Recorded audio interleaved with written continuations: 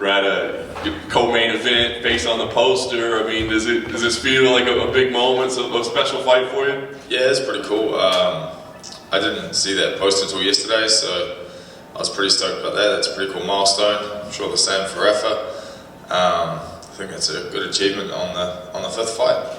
Yeah, no doubt. Obviously, all the storyline going into it is the relationship that you guys have. I mean, when this fight was offered, like, was that even a thought? Like, oh, should I take this, or is this, should we not be fighting each other? We knew we were going to fight each other eventually.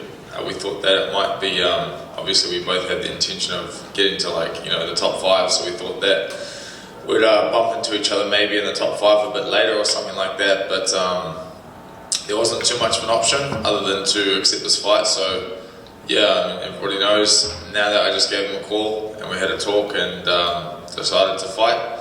So yeah, all steam ahead. I guess there's no real value of training sessions 4 or 5 years ago, right? But I mean, I just wonder about his style, right? It's kind of unique, but I gotta think it's something that it's unique in MMA, but not necessarily unique to like combat sports. I mean, it's not something that you haven't seen before, right? Yeah, I've seen similar styles, but his is unique. He's got like a funky way of moving, and he's got some pretty offbeat timing with his striking. But I'm pretty confident that I have the experience to deal with it. I've come across it before.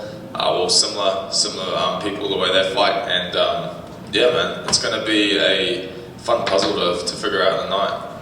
Do you try to get somebody to replicate that? I mean, can that be replicated by a training partner that's just trying to pick it up? I got some pretty weird styles of training partners back home. Some guys that move like relatively similar, to be honest.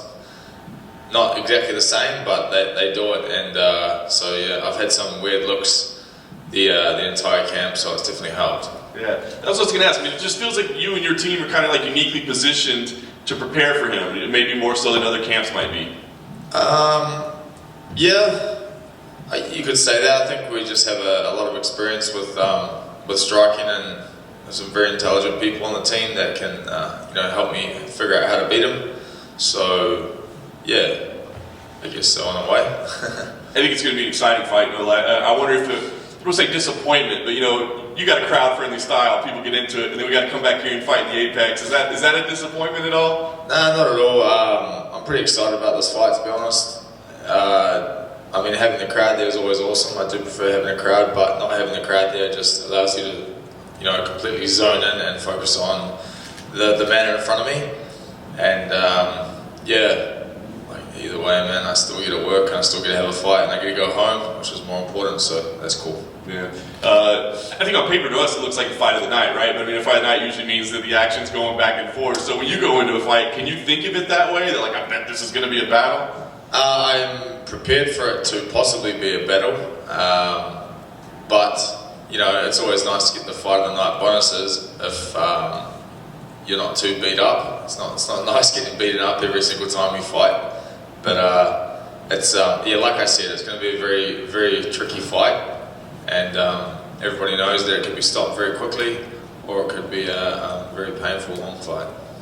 Heck of a win streak. You pick up the victory here. Obviously, a nice record. I mean, do you start thinking about where you belong? I mean, rankings. Are we doing now? Do we really need to be talking about what position you hold? No, I know where I belong. I'm just going to keep it in my hands, do my talking, and I'm going to end up there very, very soon. And it all goes well on the weekend. I think that I'll, prove it again. I'm not really going to go talking shit or anything like that unless somebody really starts to try and insult me. But yeah, man, I'm just going to let my hands do my talking and get to the top.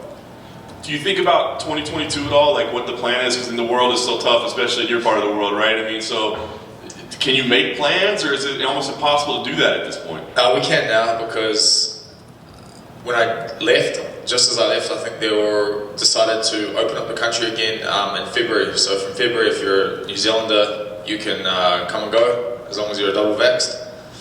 So it looks like it'll be back to normal for like city kickboxing and all the other athletes in New Zealand, which is pretty cool. And all the ones that are stranded and stuck overseas will be able to come home. So that's some good news, bit of a reprieve for us, and hopefully, this new variant doesn't change anything. But yeah, I mean, it shouldn't do. Yeah, so for us, 2022 will be good because we can plan ahead and we can get back to these 1 week fight trips. we get this big card coming together, this big title fight that's going to happen. Is that a card that you want to see yourself on? Yeah, man. The one next week? No, I mean down at it looks we're trying to get Izzy and Whitaker maybe down there. I mean, if that comes together, or do you base your schedule around that at all? I like to sometimes think ahead, but like that. But at the moment, like I'm fully aware of what I have in front of me on Saturday, so I'm just going to pour all my energy into that, and then I'll let you guys know what I'm going to do after that. Yeah. That's last thing for me, I guess. What type of fight do you think we see? Like I said, on paper it looks like it's going to be a banger. Do you feel like that's what we're going to see? I think it's going to be like a very satisfying fight, regardless for the fans, whether it's like technical, a war, someone gets knocked out. I think either way, it's ticking all the boxes for the fans, so they'll be pretty happy. I'm just curious, what is it about his style? Is it his head movement? Everyone sees the left to right head movement, but in particular, what is it about his style that makes him kind of a little bit quirky, a bit more unusual? He's got like quite an offbeat rhythm, quite a unique flow to the way he moves and stuff like that, and his head movement is very good. But yeah, he's pretty good with distance, very explosive. But yeah, he's got a number of things that make his style unique, mainly those ones. Are you expecting any sort of talking in there? I don't know, he's like a quirky guy, like are you expecting some maybe back and forth? Or do you... Yeah, I've seen him talk. I don't know, he probably talk to me. I don't know if I'll talk back. I might laugh or something, sometimes I have a bit of a chuckle in there, but I don't know, man. It'll have to be in the moment to see how I reply. Yeah, I'm sure he'll be chatting, he always does. When you look at you two, do you think that maybe you guys are kind of the next generation of lightweights? We've seen the same guys at the top for a while. Do you see you and him coming up the rankings together and maybe fighting again one day, but do you see yourselves as the new generation? Yeah, I definitely do see us as the the next generation. I'm not saying that we're better or anything. I just think we're next. The guys in that top 10 have been there a little bit, and then the five behind them are youths like me, Arman, Demir, Rafa. There's some really dangerous people coming forward. So yeah, that division, I don't think that'll ever get boring. That top 15, yeah, it's pretty stacked. Thanks, man.